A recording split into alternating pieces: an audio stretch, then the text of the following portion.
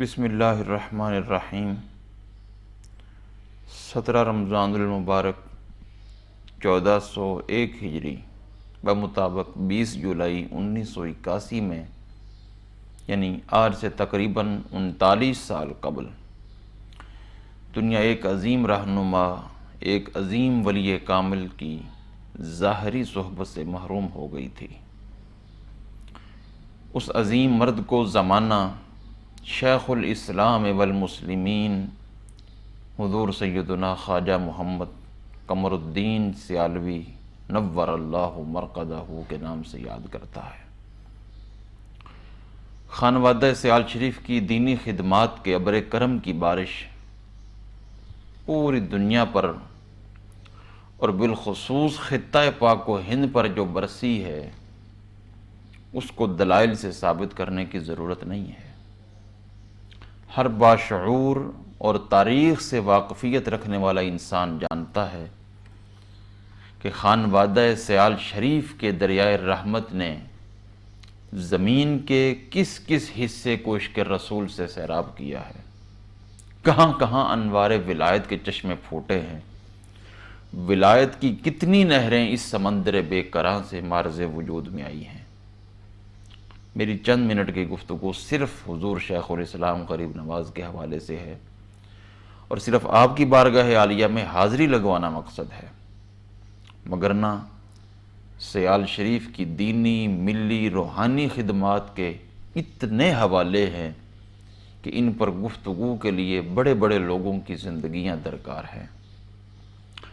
حضور شیخ الاسلام جامع بین الشریعت و طریقہ تھے۔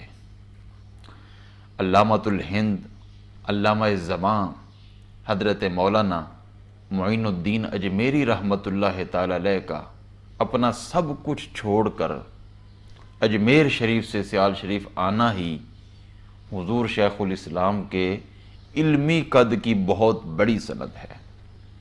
علامۃ الہند کون ہیں؟ علامۃ الہند وہ ہیں جن کے بارے میں کہا جاتا ہے کہ دنیا سے اگر کتب فنون، کتب فقہ نایاب بھی ہو جائیں تو دنیا کو گھبرانے کی ضرورت نہیں۔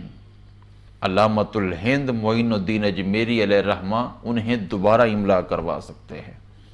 اتنا بڑا استاد جس سے دنیا کے بڑے بڑے مدارس سے دعوت نامے آ رہے ہوں، رؤسائے اعظم کے دعوت نامے آ رہے ہوں، ہزاروں تشنگان علم جن کی راہوں پر پلکیں بچھانے کے لیے تیار ہوں، اتنا بڑا استاد سب کچھ چھوڑ کر صرف حضور شیخ الاسلام غریب نواز کی خاطر سیال شریف رہ رہا تھا، کیونکہ وہ جانتے تھے کہ ایک طرف یہ ایک ہے، دوسری طرف اگرچہ ہزاروں ہیں، اگرچہ لاکھوں ہیں، لیکن جتنا کام یہ اکیلا کر سکتا ہے اتنا وہ ہزاروں مل کر کے بھی نہیں کر سکتے۔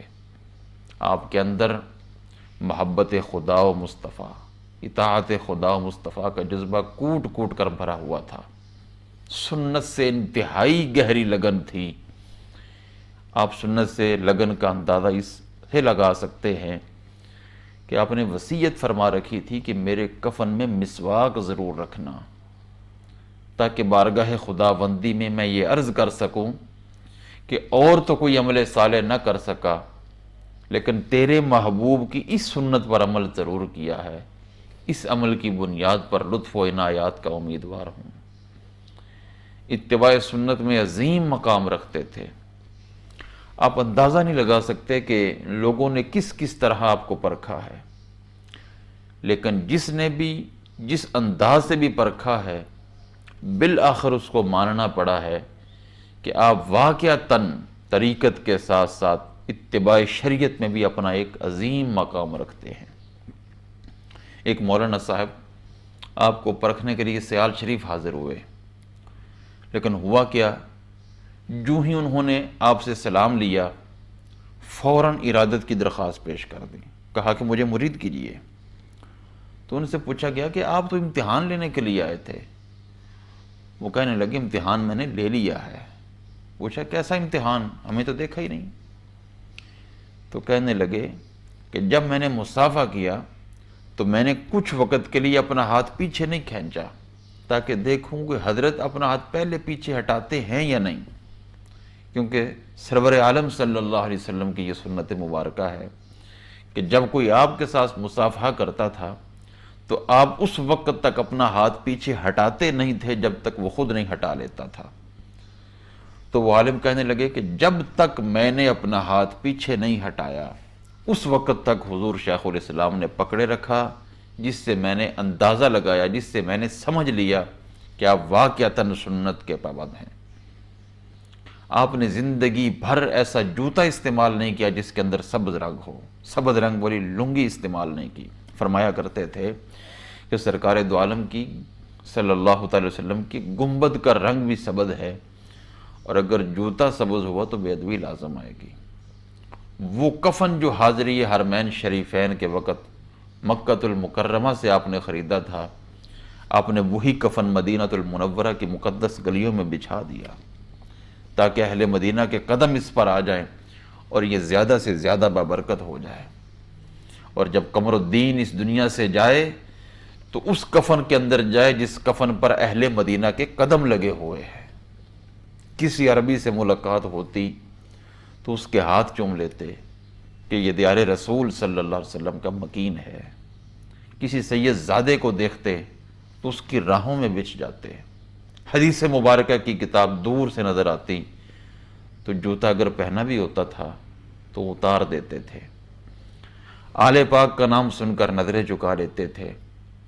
اصحاب رسول صلی اللہ علیہ وسلم کی عزت و حرمت پر جس انداز میں آپ نے پہرا دیا ہے، آپ کی کتاب مذہب شیعی آپ پڑھ لیں تو آپ کو بخوبی اندازہ ہو جائے گا۔ جن حضرات کا بھی آستانہ عالیہ سیال شریف کے ساتھ تعلق اور نسبت ہے، ان کی خدمت میں مؤدبانہ گزارش ہے کہ یہ نسبت کوئی عام نسبت نہیں، یہ نسبت دنیا و آخرت میں کام آئے گی، یہ بہت بڑی نسبت ہے۔ لہذا یہ نسبت محض رسمی نہیں ہونی چاہیے، بلکہ وہ اسباق جن کا حضور شیخ الاسلام ساری زندگی درس دیتے رہے، ان پر عمل پیرا ہو کر اس نسبت کو مزید پختہ کریں، تاکہ اس نسبت کے انوار سے ہماری دنیا بھی منور ہو جائے اور ہماری آخرت بھی منور ہو جائے۔ اللہ عمل کی توفیق نصیب فرمائے۔ والسلام ورحمۃ اللہ وبرکاتہ۔